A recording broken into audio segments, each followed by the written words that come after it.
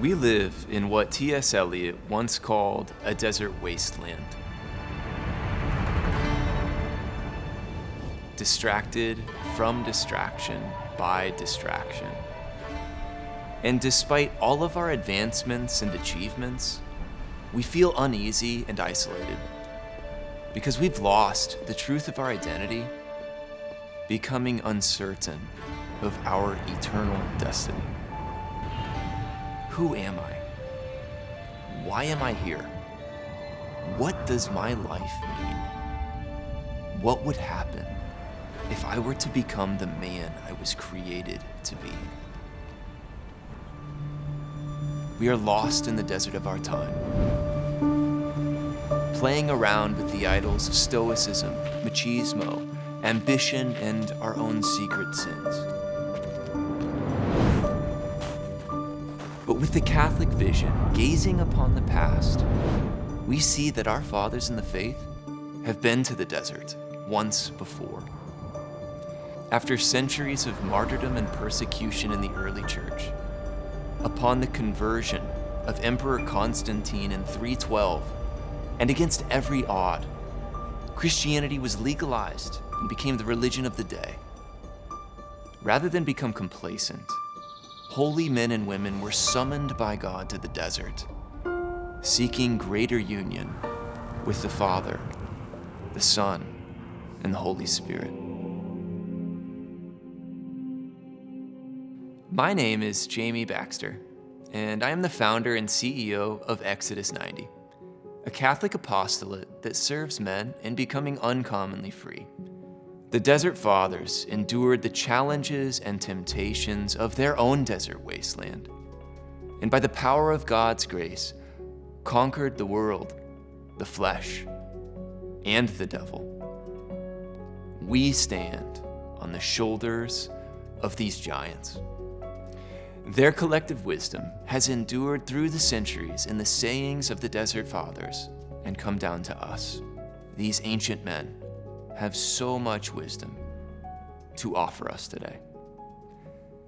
That's why I'm excited to announce a new project from Exodus 90 in collaboration with our friend Bishop Erik Varden called The Desert Fathers in a Year, a weekly podcast exploring the ancient wisdom of the desert and the timeless truths these holy men and women discovered in their ancient practice of prayer, asceticism, and fraternity.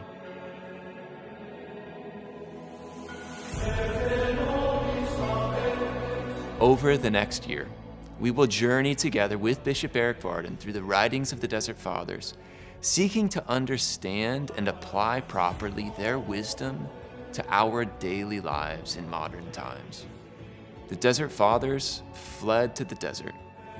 The modern desert encompasses us. It's as empty, as lonely, and as ominous. Will we, filled with fear, shrink back and become negative and despairing, longing for a Christianity of bygone days? Or will we see the opportunity of the modern desert before us for our holiness and God's loving providence, to become the men and the women that the church and the world so desperately need us to become today? I'd read about the Desert Fathers, and I'd read a short collection of sayings before I joined the monastery.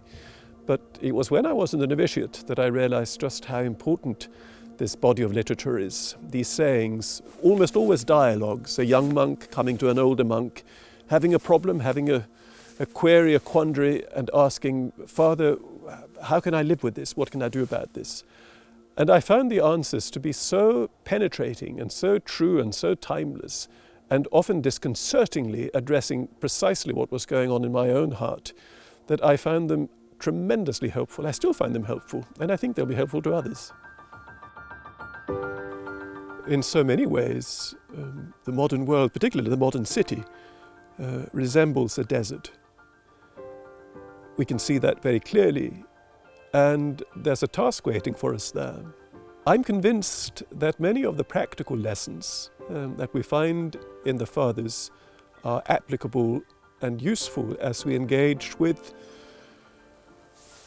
loneliness, which haunts so many people, with an overstimulation of the senses, with a pace of life that seems overwhelming, with poverty, which is a real feature of our modern societies.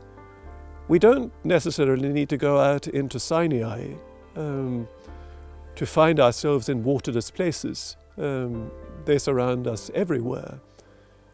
The important thing is to dig for wells where we happen to be, and to be certain that the water of life can and will reach us there, and then when we find it, to share it generously. Now, all of us like to embark on a new year with good resolutions. Resolutions are excellent as long as they're realistic and as long as they are sustainable. We talk a lot about sustainable energy these days, which is good. That holds for the spiritual life as well. So my advice would be to set realistic, manageable goals and to make a determined decision to stick with them. You might even want to make a determined resolution to stick with this program, see what it brings, to see whether, if you follow it to the end, you might discover something that you won't perhaps discover just in the first couple of episodes. Because even as God in his supreme and mysterious providence chose to reveal himself gradually over thousands of years to humanity, so in our own lives he makes his grace and his glory known gradually. And the key in order not to miss out on something crucial there is to be patient, to be persevering, and to have hope. You can listen to Desert Fathers in a Year on the Hallow app, YouTube, X, formerly known as Twitter, Spotify, or wherever you listen to your podcasts. Take the first step toward discovering greater freedom in Jesus Christ today. Please visit desertfathers.com to learn more.